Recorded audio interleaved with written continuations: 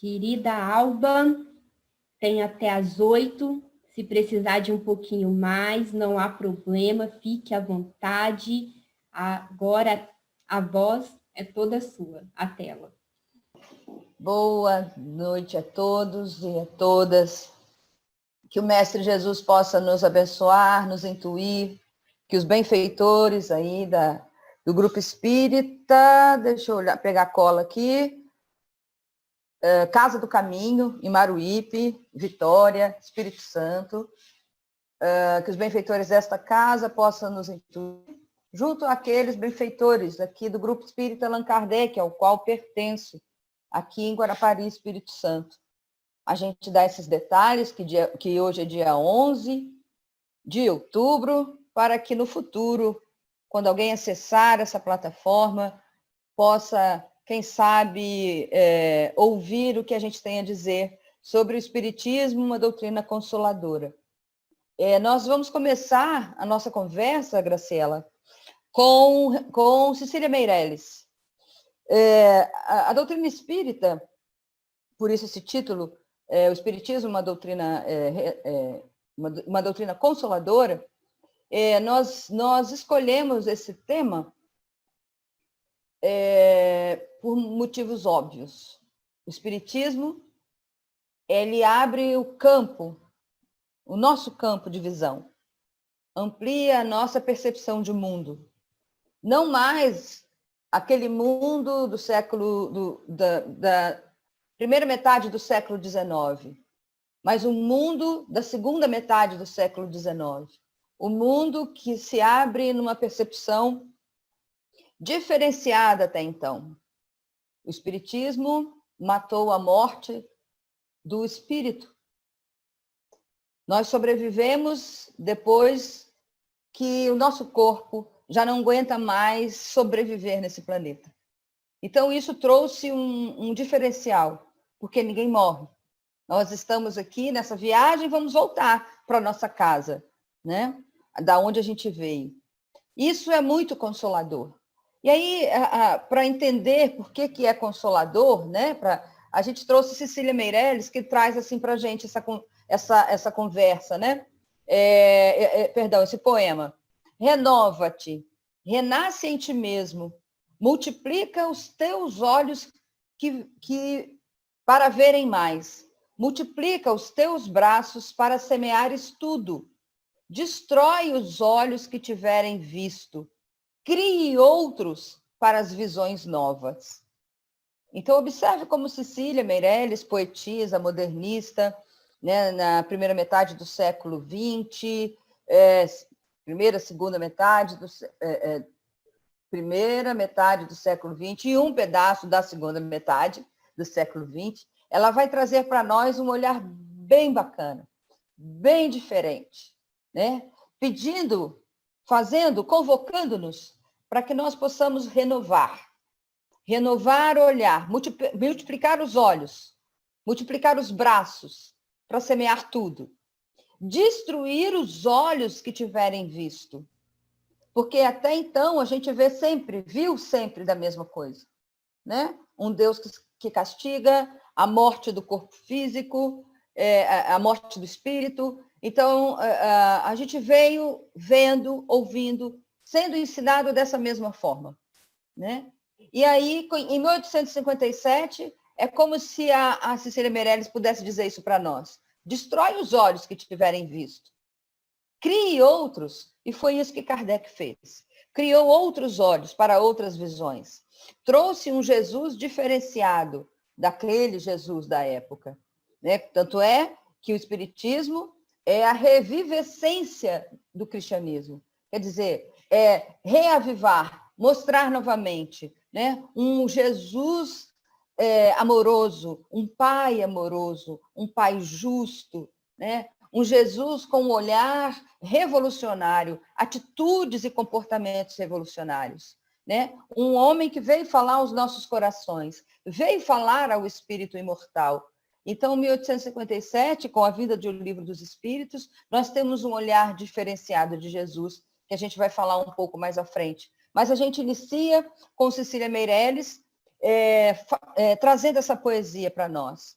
Renova-te, renasce em ti mesmo, multiplique os teus olhos para verem mais, multiplique os teus braços para semeares tudo, destrói os olhos que tiverem visto, cria outros para outras visões. E é isso que a doutrina espírita traz para nós, outras visões. E nessa outra visão, a gente também traz um outro escritor norte-americano. Ele faleceu em 2016, desencarnou em 2016. Ele foi professor, escritor, e ele tinha a escrita dele bastante preocupada com essa revolução digital, essa revolução das comunicações, as singularidades da tecnologia. E em 1980, Alvin Toffler, esse norte-americano que falamos, escreveu um livro chamado A Terceira Onda, né? Assim na tradução para o português. Ele diz que a primeira onda trata da revolução agrícola, né? Desse processo que nós vivemos lá no primeiro milênio, em que a sociedade humana tinha o predomínio, né? Das situações, das coisas agrícolas, do plantar, do colher, e aí foi tendo a evolução. Antes, os homens primitivos, né, que pararam, que eram nômades, e de alguma forma pararam para aí a mulher cuidar da plantação, enquanto o homem ia para a caça, né? Então, essa foi a primeira onda. Dentro da evolução humana, ele diz que nós tivemos uma segunda onda, o segundo milênio, que apresenta as modificações ocorridas na sociedade com base na Revolução Industrial, né? Essa revolução em que nós andávamos a cavalo, depois andávamos a carroça, e depois vieram os trens, vieram os carros, o cinema, o telégrafo, o telefone, e aí vai embora. Então, nessa segunda onda, que é a onda da revolução das indústrias, e vamos perceber que o espiritismo ele nasce, né, nessa segunda onda e tem o efeito na terceira onda. E o que seria essa terceira onda? A terceira onda é a era da informação. De acordo com Toffler, o analfabeto do século XXI não será aquele que não sabe ler, nem escrever, mas aquele que não for capaz de aprender, desaprender e a reaprender. Olha que interessante. E o espiritismo não faz isso com a gente? A gente aprende, desaprende e reaprende. A gente aprendeu que o Cristo é o nosso Salvador, modelo guia da humanidade, né? É preciso desaprender que que esse Deus é um Deus vingativo. E precisamos reaprender que esse Deus é um Deus de amor. Então, observe que nessa segunda onda, quando o espiritismo nasceu, ele nasceu em meio ao materialismo. O espiritismo nasceu em meio às teorias da psicanálise de Sigmund Freud, de Karl Marx, de Durkheim, né? Ele nasceu no meio de extremo materialismo, né? E trouxe para nós um olhar extremamente diferente, um olhar renovador, um olhar em que nós vamos aprender, desaprender e reaprender. Muito bem. Aprender a conviver, desaprender o modo de conviver, um modo bruto, para reaprender um outro modo de conviver. Nós vamos aprender sobre Deus, desaprender que Deus é vingativo e reaprender o amor, a generosidade, a doçura que vem do nosso Pai Celestial. E aí, nós vamos lembrar o Frei Beto. Frei Beto é um teólogo e trouxe para nós uma fala bem interessante. Eu vou ler um texto aqui do Frei Beto que vai ajudar a gente a entender essa era da tecnologia falada por Toffler, nessa terceira onda, que nós precisamos ser alfabetizados do século XXI. Encontrei Daniela de 10 anos, às 9 da manhã, e perguntei, no elevador, né? Encontrei a Daniela no elevador, e perguntei, Não foi à aula? Ela respondeu, não, eu tenho aula à tarde. Comemorei então, né? Que bom. Então, de manhã você pode brincar, dormir até tarde, não é mesmo? Não, retrucou ela. Tenho tanta coisa de manhã. Ai, que coisa? Perguntei ela. Que coisa tem tanta...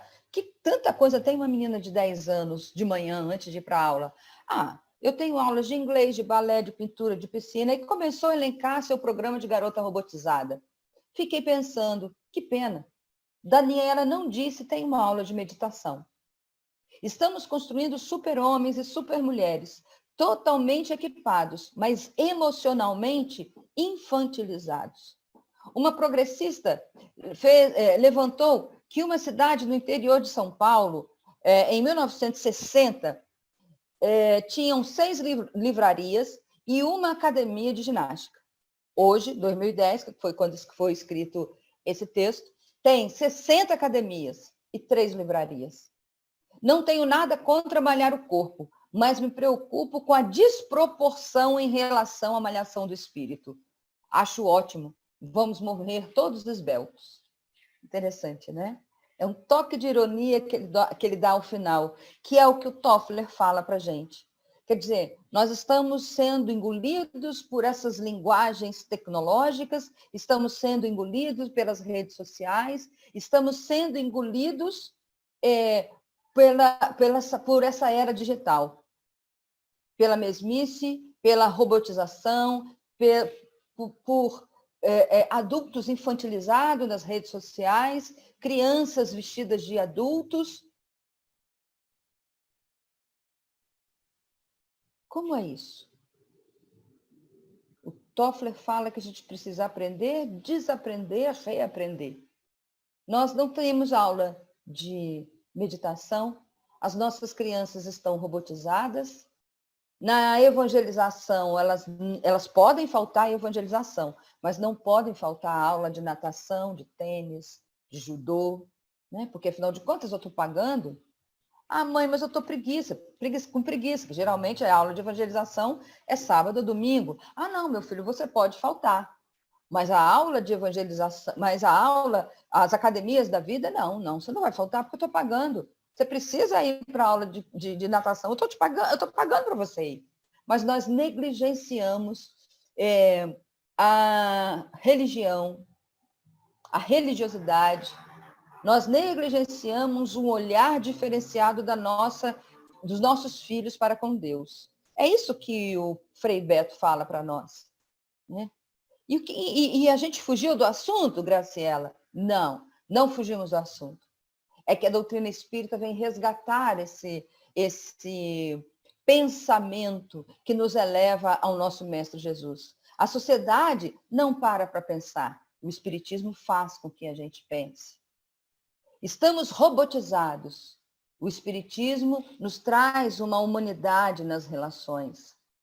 A imbecilidade consome o cotidiano e nos tornamos seres antiéticos, injustos. Não é isso que a gente vê? Olha a mensagem de Emmanuel lida agora pela nossa companheira. A mensagem é a leitura preparatória, né? Vocês que vão assistir no YouTube ou já estão assistindo, quando liberar, voltam lá na leitura da nossa companheira, que ela fez, né? Então, nós estamos nos tornando tirano do outro, né? Nós não discordamos, nós acusamos nas redes sociais, né? Nós vivemos nesse mundo polarizado, e isso é muito perigoso. A doutrina espírita nos ensina a pensar, nos ensina a ir para as varandas de nós mesmos. Essa frase, não, para as varandas de nós mesmos, é a frase da Lia Luft, uma escritora gaúcha, se não me engano. Ela diz assim: pensar é transgredir. Jesus fez com que nós pensássemos. Como diz o pastor Henrique, Jesus foi um subversivo para a época, porque todo mundo pensava X, Jesus pediu para pensar Y. Todo mundo pedia para odiar e Jesus pedia para amar. Todo mundo tinha ódio e Jesus pedia o perdão. As pessoas andavam, os privilégios eram para a elite, e Jesus trouxe um olhar mais generoso para a sociedade mais simples. Pensar é transgredir, diz Lia Luft, que diz assim, pensar pede audácia. Nós não somos e nem fomos audaciosos à época do Cristo, não é?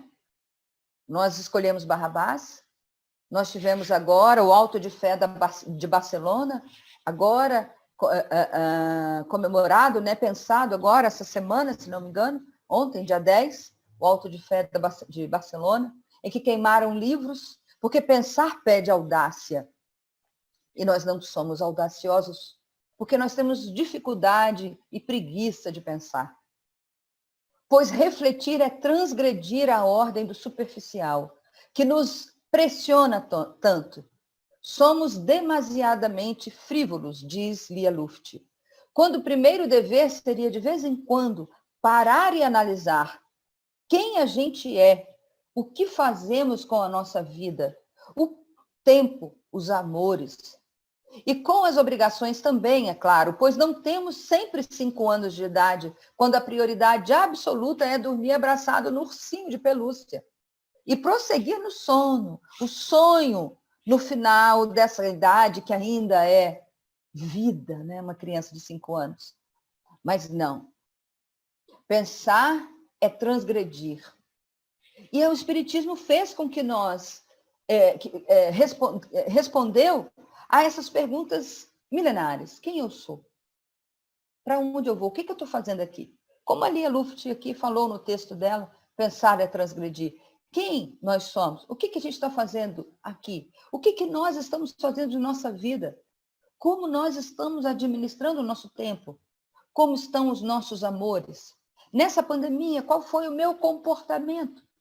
Como que eu estive presente com os meus amores na nossa casa? Como eu me relacionei com os meus filhos, com a minha esposa, com o meu marido, com os amigos? Como foi o meu comportamento perante essa situação em relação à fé? Será que eu tive fé? Ou eu fui mais uma dessas pessoas que se desesperou? Pensar é transgredir. É preciso desaprender, é preciso aprender, desaprender e reaprender. O Livro dos Espíritos nos convida a sair para as varandas de nós mesmos. Pensar não é apenas a ameaça de enfrentar a alma no espelho, é sair para a varanda de si mesmo e olhar em torno e, quem sabe, finalmente respirar. Quer dizer, pensar em enfrentar a alma, e a gente se enfrenta? Hein, companheiros? Como que estamos? Muito bem, como diz um companheiro nosso aqui, muito que bem. Nós vamos, em 1857, veio a lume o Livro dos Espíritos, nos convidando a pensar. E começa com a primeira pergunta: o que é Deus? Para aqueles que estão nos assistindo ou assistirão futuramente, aqueles que não têm conhecimento espírita, porque quem tem conhecimento espírita já ouviu essas assertivas. Por que Kardec pergunta o que é Deus e não quem é Deus? Quando se coloca o pronome quem, nós automaticamente simbolizamos uma pessoa, um ser, como nós. Braço, perna, cabeça. Quando eu falo o que é Deus, eu tiro essa ideia antropomórfica de Deus. O que é Deus me traz o divino. Causa primária de todas as coisas. Inteligência suprema. Causa primária de todas as coisas. Aí ele já nos ensina. A gente desaprende que Deus não é a nossa imagem e semelhança como ser humano, mas como espírito imortal. A gente desaprende e reaprende que não é mais esse Deus antropomórfico, mal, vingativo, melhor dizendo, não mal, vingativo, para um Deus divino, Pai, como trouxe Jesus para nós. O investimento de pensamento da doutrina espírita, companheiros e companheiras que estão nos assistindo nesse momento, é um Deus de amor. Deus é amor, conforme João trouxe para nós. Deus é puro amor. Por isso a nossa pergunta, como você está nessa pandemia? Será que a gente deixou de ter fé? Porque lá para abril, maio, junho, né, o vírus tirou o nosso futuro. A gente não tinha como programar. Ia voltar, não ia voltar, vai trabalhar, não vai trabalhar, pode sair, não sai, bota máscara, não põe, gel, álcool em gel, faz isso ou faz aquilo. A gente não tinha previsão. O que vai fazer? E isso nos deixa com temores. E se eu não tiver esse temor, se eu não tiver a fé que me sustenta, esse temor me engole, que é o que aconteceu para muitas pessoas. De tanto temor, as pessoas desenvolveram inúmeras patologias. E aí? O Livro dos Espíritos, aí eu vou trazer um poema, Graciela, não sei se você conheceu meu pai, Manuel Sampaio Neto, ele escreveu 2 livros. Eu vou ler um poema sobre a doutrina espírita que ele fez quando o Espiritismo fez 150 anos. E para apresentar, eu vou ler esse poema chamado 150 anos de Espiritismo, do Espiritismo. O nosso Mestre Jesus, envolvido em grande luz, promete com muito amor: órfão não vos deixarei, para vós enviarei um outro Consolador. A promessa aconteceu, com Kardec que apareceu após muito pesquisar. E ele, cheio de esperança, da tarefa não se cansa, começou a divulgar. Um livro logo editou, logo que codificou mensagens vindas do além. Depois de selecionadas, foram muitas publicadas, que, educando a todos, vêm. Foi o Livro dos Espíritos, mostrando vários quesitos sobre as bases da doutrina.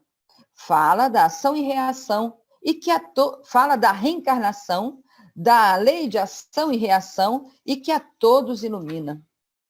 Outros livros já escritos, em todos nele tem ditos que existe vida futura, que através de muitas vidas e em suas vindas e idas, o espírito se depura. São 150 anos sem haver qualquer engano a esclarecer muitas mentes. A Jesus veio afirmar que a doutrina ficará conosco eternamente. A doutrina nos induz a buscarmos sempre luz, que nos chega em grande leque. Vamos já aproveitar e na terra caminhar com Jesus e Allan Kardec. Né? Esse poema lindo, suave, que meu pai trouxe, né? Quando ele fala aqui, né,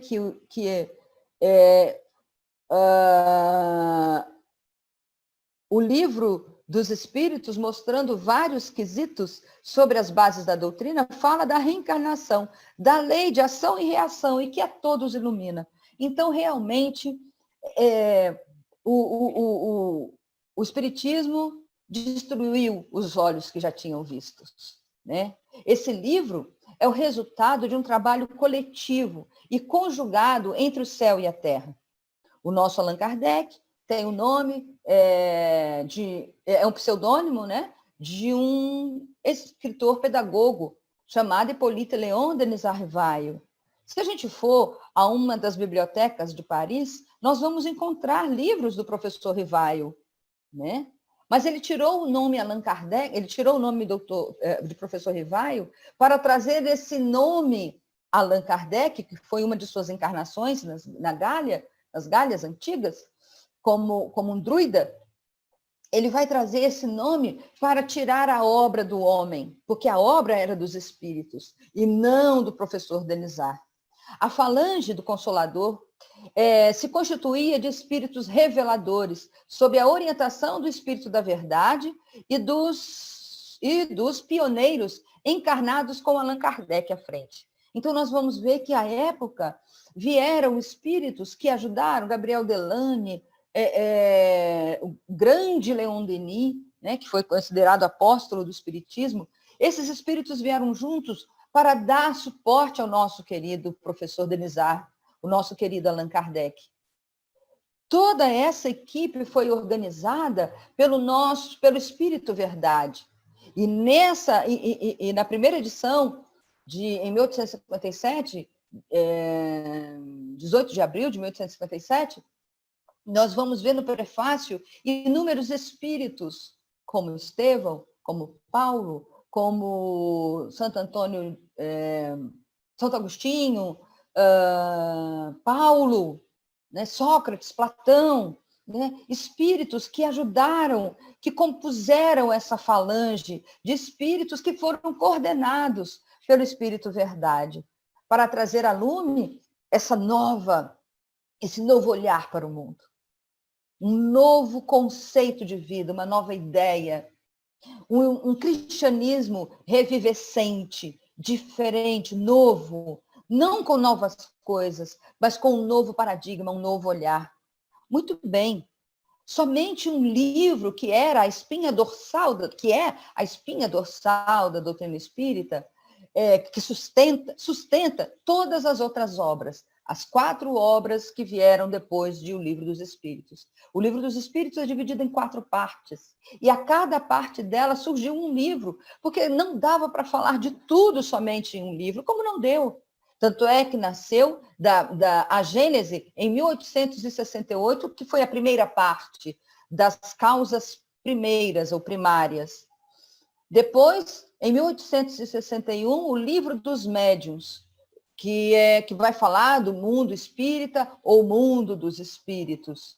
A terceira parte, em 1864, é o Evangelho segundo o Espiritismo. E a quarta parte, em 1865, das Esperanças e Consolações, né? Nasceu O Céu e o Inferno. Então, nós vamos ver que essas 4 obras, nascidas dessa espinha dorsal, e que a gente chama de Pentateuco kardeciano, vai trazer para nós um olhar extremamente diferente e consolador. O Espiritismo matou a morte. O Espiritismo trouxe um Deus justo, bom, generoso, com um olhar muito mais amplo para todos nós. O Livro dos Espíritos, escrito de forma dialogada, né, através como era a filosofia prática, né, antiga, e a gente vai ver que a melhor forma de aprender, não é isso? Fazendo perguntas, né? A Carol, a quem eu agradeço, né, nos ensina e tem ajudado muitas casas espíritas aí a transformar as suas reuniões públicas, como é no caso esta casa em Maruípe, que a reunião acontece domingo às 19 horas, ajudar a usar a tecnologia, porque muita casa não sabe. Qual é a melhor maneira da Carol ensinar? É a pergunta. Vocês têm dúvida? Aí a gente diz, tem, não tem. Ah, tenho nessa. Como eu faço no som? Como eu faço no vídeo? Como eu coloco um PowerPoint? Como eu coloco música? Né? A melhor forma de aprender, e eu sou professora, né, há 35 anos, e a melhor maneira de aprender é quando o aluno pergunta, você explica. E ele pergunta, professora, o que é o modernismo? O que você falou aí, que eu sou professora de literatura, viu, Graciela? Você falou aí do modernismo de Cecília Meirelles. O que é o modernismo? O que é isso? Por que aconteceu em 1922? Quem estava lá? Né? Então, isso tudo foi... E Kardec era professor, e ele sabia que a melhor maneira de ensinar é perguntando e respondendo. O importante não é a resposta, é a pergunta, como diz uma fala comum aí. Né? Sócrates ensinava assim, lembra? Depois veio Platão, Aristóteles, com a filosofia peripatética, que é o quê? Andar, aprender e caminhar com as pessoas, com os alunos, que assim fazia Sócrates, assim fazia Platão, depois de Sócrates, assim fazia Aristóteles. Enfim, a maneira dialogada com que o Livro dos Espíritos traz para nós, em 1019 perguntas, vai elucidar para nós uma gama de possibilidade, né? Numa linguagem clara, simples, né? Para poder atingir a todos. Ele é um verdadeiro tratado filosófico, metafísico, né? É um trabalho de sociologia, de psicologia, de ética, estabelece ligações históricas de todas as fases da evolução humana em seus aspectos biológico, psíquico, social e espiritual. Então, ele vai estudar, Kardec vai a fundo, estudar e trazer para nós o processo da evolução, né? Na Gênese. E Deus criou o mundo em 6 dias e no 7º descansou. Por quê? Que linguagem é essa? Que dias são esses? Está lá na Gênese, a Gênese mosaica. Se a gente quiser saber como é que é essa questão do céu e inferno, mas me parece muito injusto alguém ir para o inferno. Será que a minha mãe, eu digo já desencarnada hoje, mas a minha mãe com certeza iria morar no inferno comigo, porque ela não me deixaria lá. A mim me parece injusto que Deus Pai Todo-Poderoso pudesse deixar um de seus filhos eternamente no inferno. Kardec vai elucidar isso no livro Céu e Inferno, né? Enfim, companheiros, é muita coisa que o Livro dos Espíritos traz para a gente. Por isso, o título da palestra, né, que eu coloquei como a doutrina consoladora, né? É um livro para ser estudado, meditado, né? Com auxílio de outros livros. E hoje a gente, né, nem precisa mais de outros livros, né, gente? A gente tem a internet, né? Se a gente quiser saber, né, quem é a nossa Alba, falou lá do professor Rivaio, aí vai lá, clica no senhor Google e vai aparecer lá, não sei quantas páginas, não sei quantos segundos, quem é esse professor Rivaio. Né? E a gente aprende, Kardec deixou para a gente, os espíritos deixaram para a gente, o entendimento que a doutrina espírita ela tem 3 bases, né? 3 bases: ciência, filosofia e religião. Né? Vamos ver aqui, acho que todos estão vendo, é como se fosse uma cadeira de 3 pés. Se eu tirar um pé, ele cai. Se eu tirar o outro pé, cai. Se eu tirar o outro pé, cai. Então, o espiritismo é esse tríplice aspecto. É ciência, filosofia e religião. Mas como, Alba, ciência? Eu prefiro muito mais o Evangelho de Jesus. Tem ciência. Tem ciência. Eu prefiro a parte filosófica do céu e inferno. Também tem ciência. Eu prefiro a parte científica da Gênese. Mas lá também tem o Evangelho, tem a filosofia. Percebem, companheiros? Não tem como a gente tirar. Nós tínhamos uma companheira no Kardec que dizia assim, podia sempre estudar Jesus. Só o livro do Evangelho. Aí nós, na época, coordenávamos o ESD, coordenamos o ESD por 20 anos, e eu falava, mas como assim? Jesus só está no Evangelho, segundo o Espiritismo? Mas é muito melhor falar de Jesus no Evangelho, segundo o Espiritismo. Tá, mas não tem Jesus nas outras obras? Não fala de Jesus? Então, se eu falar da Gênesis, eu não estou falando de Jesus. Então, se eu falar do céu e inferno, eu não estou falando de Jesus?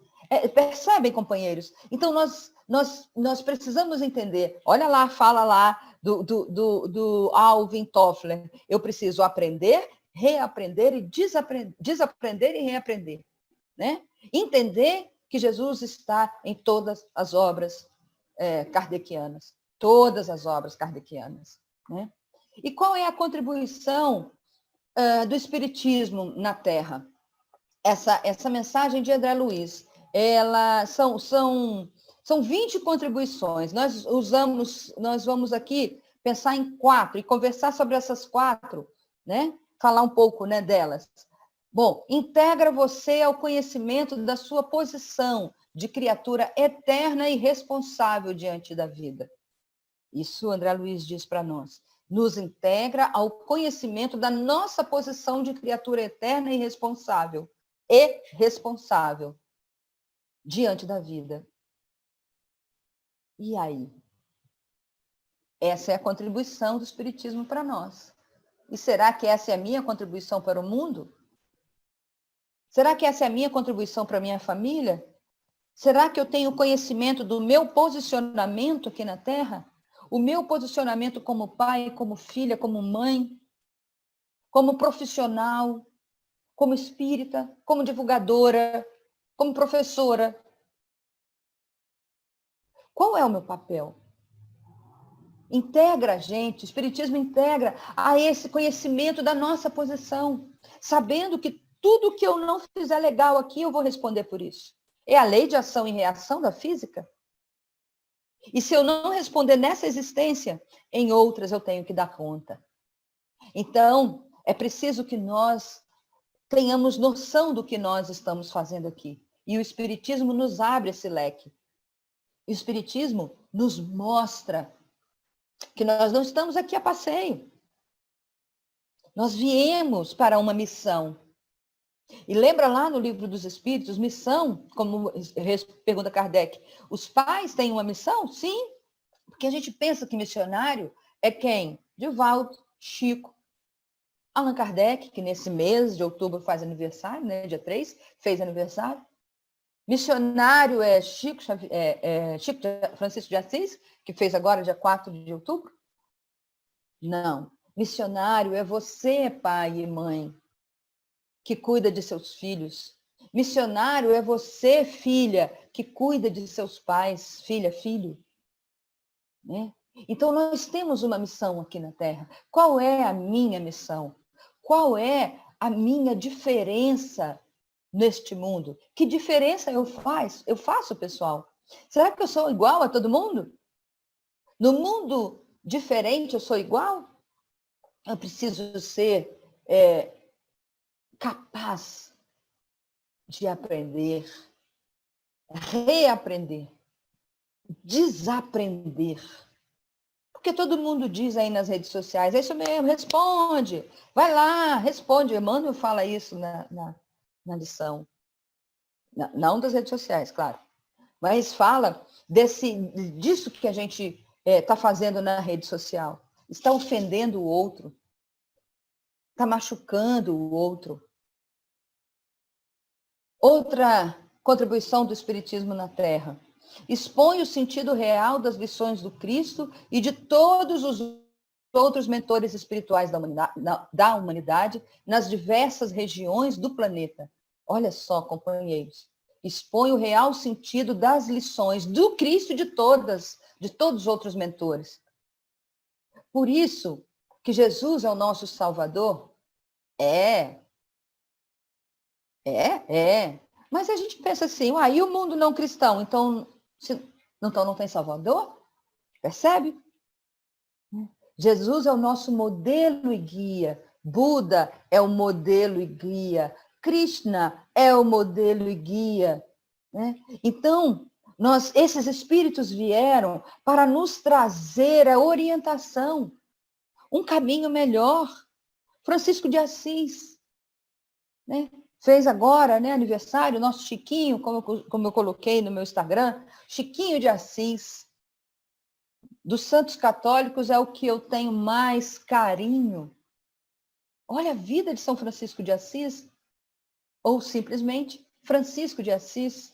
Ele não foi um roteiro para o cuidado para com os animais, para com a humildade, a simplicidade. Ele rompeu com a igreja, porque a igreja estava elitizando. Uma cena no filme O Irmão Sol, o Irmão Lua, quando ele está lá à frente, porque antigamente era assim, isso nós estamos falando no ano 1200 e alguma coisa, os ricos ficavam à frente e os pobres ficavam em pé, atrás. Uma cena do Irmão Sol e Irmã Lua, antes dele romper, ele olha para trás e vê. E ele começa a perceber que ali não está Jesus. Jesus veio para quem tem fome, para quem tem sede.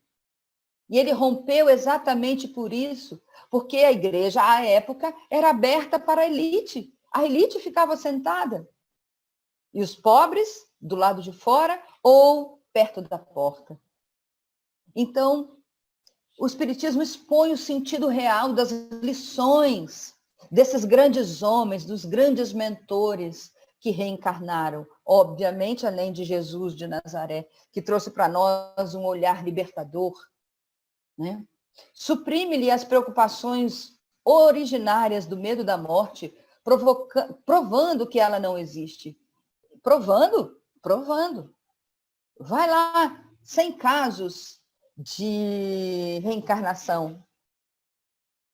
O Dr. Stevenson, se não me engano, estuda esses casos de reencarnação e tantos outros. Estamos citando somente um. Né? Em que mostra que que nós somos fruto dessa caminhada que tivemos antes. Né? Então, se nós somos fruto de uma caminhada que tivemos antes, e quando a gente sai daqui, vai para algum lugar, a morte não existe. Né?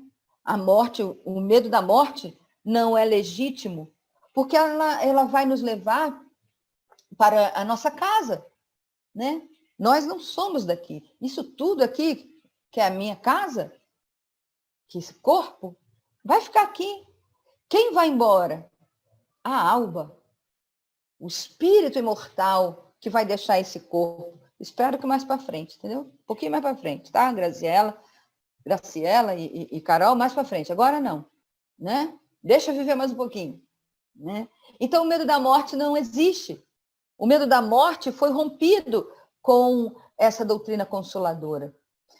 Revela-lhe o princípio da reencarnação, determinando o porquê da dor e das aparentes desigualdades sociais. Né? Então, isso que é extremamente consolador na doutrina dos espíritos. Saber que estamos todos, somos todos merecedores daquilo que estamos vivendo. E que estamos aqui não a passeio. Estamos nesse planeta lindo com um objetivo. E que quando passamos pela dor, é porque essa dor teve uma causa. Nós ocasionamos essa dor em alguém. E ninguém fica isento quando machuca alguém. Revela-lhe o princípio da reencarnação, determinando o porquê da dor e das aparentes desigualdades sociais. Porque a gente pensa, por que o filho do príncipe Charles já nasceu príncipe? Uma criança que nasce em Buckingham, é Buckingham? Acho que é castelo, né? Na Inglaterra, ele já nasce nobre. E por que aqui, no interior de Guarapari, no Nordeste, na África, já nasce com fome uma criança? Com fome sem nome. Nós precisamos acreditar na justiça divina. Porque não é justo. Sem a perspectiva espírita, não é justo.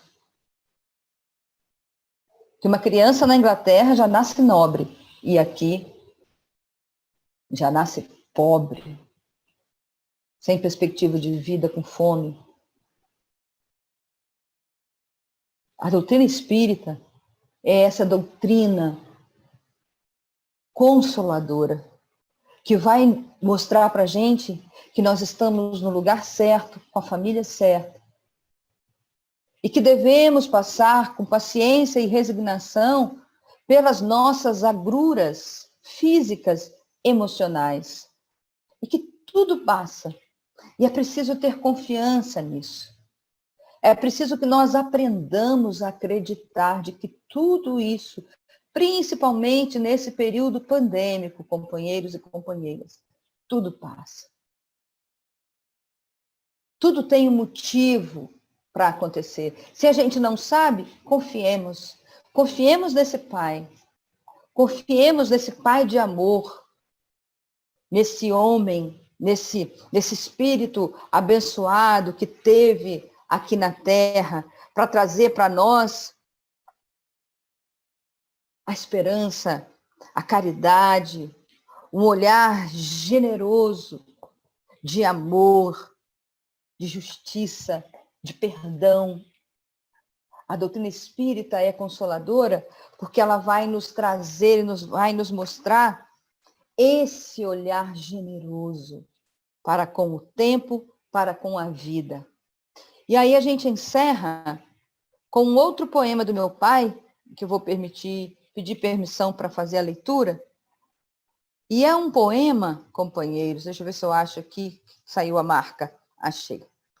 E é um poema que muitas pessoas gostam, que se chama A Metamorfose da Pedra.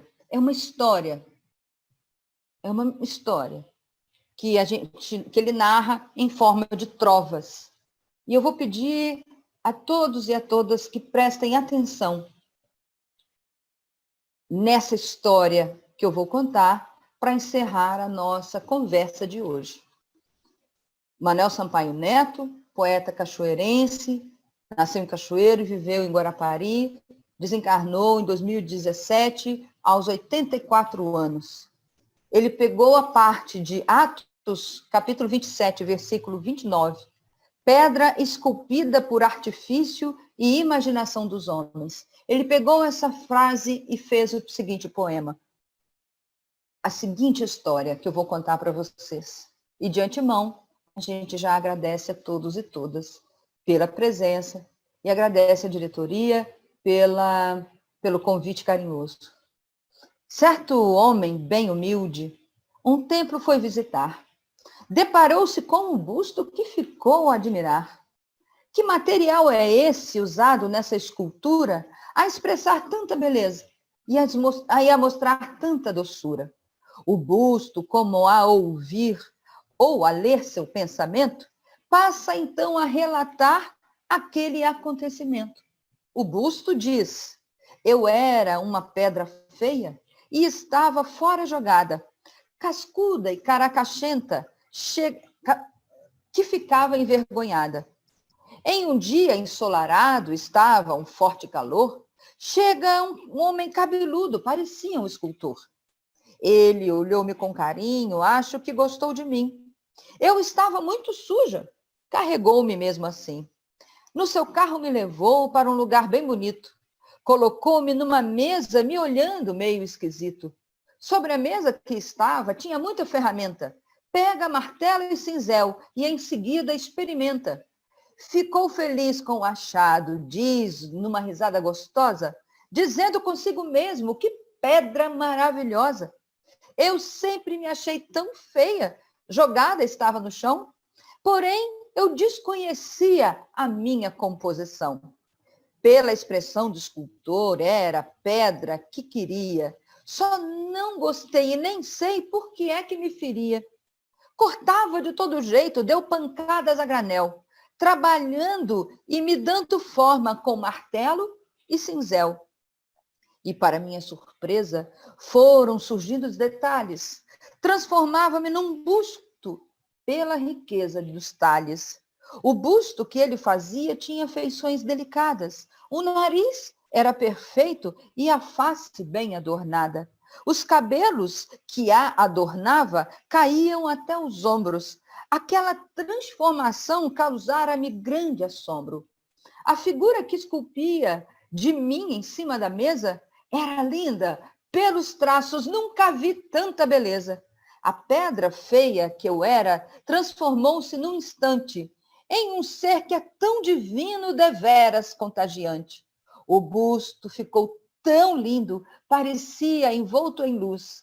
É que a figura esculpida era do Mestre Jesus. Agora eu chamo a atenção, exposta aqui na igreja, com uma bela aparência para que todo mundo veja.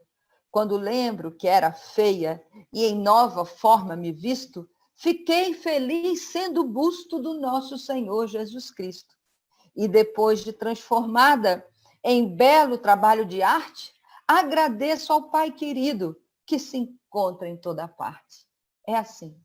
Quando a gente encontra Jesus, a gente deixa de ser a pedra feia, caracachenta, para ser um lindo busto que reflete as imagens do Cristo. Que Jesus possa nos abençoar a todos, agora e sempre. Alba, adorei. Adorei. Obrigada. Maravilhoso. Esse da pedra agora no final, esse poema foi uma reflexão assim interna, que assim, nós somos uma pedra que necessitamos ser lapidada. E nós já temos essa coisa bonita. O outro muitas vezes vê um brilho nosso, uma luz que nós não vemos. O artista, quando olha para a pedra, ele fala, mas ele já tinha aquela forma. Eu só tirei o excesso para mostrar a beleza dela, das esculturas. Então, nós precisamos ser lapidada. E o Espiritismo nos lapidando. Eu era católica antes e conheci a doutrina há alguns anos e estou ainda desaprendendo muita coisa e aprendendo muita coisa nova ainda. E é uma adaptação devagar, bem lenta, ainda bastante dolorida para abrir mão de certas coisas, certos paradigmas que eu tinha na minha vida que eram certos, concretos e foram por terra, caíram por terra. Mas mesmo assim, mesmo caindo, mesmo chorando, a doutrina consola. Eu me encontrei consolada em todos os momentos. Eu me encontrei amparada. Porque antes eu tinha um inferno, eu tinha um purgatório.